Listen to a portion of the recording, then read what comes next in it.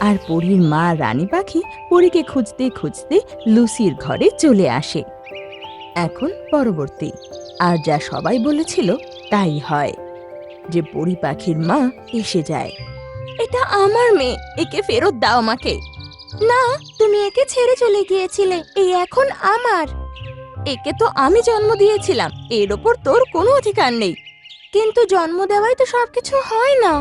তুমি তো পরীকে গাছেই ছেড়ে চলে গিয়েছিলে, আর যখন ও ডিম থেকে বেরিয়েছিল ও আমার চেহারা দেখেছিল, তাই ও আমাকে মা মনে করে, আমি ওর আসল মা।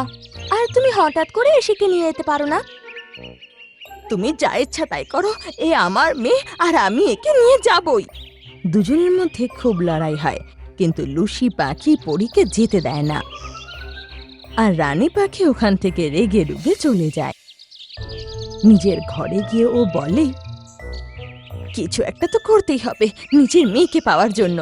আমি ওকে জন্ম দিয়েছি, ও আমার মেয়ে। আমি কাল পাখিদের সবাই এটা বলবো যে ওর উপর কার অধিকার।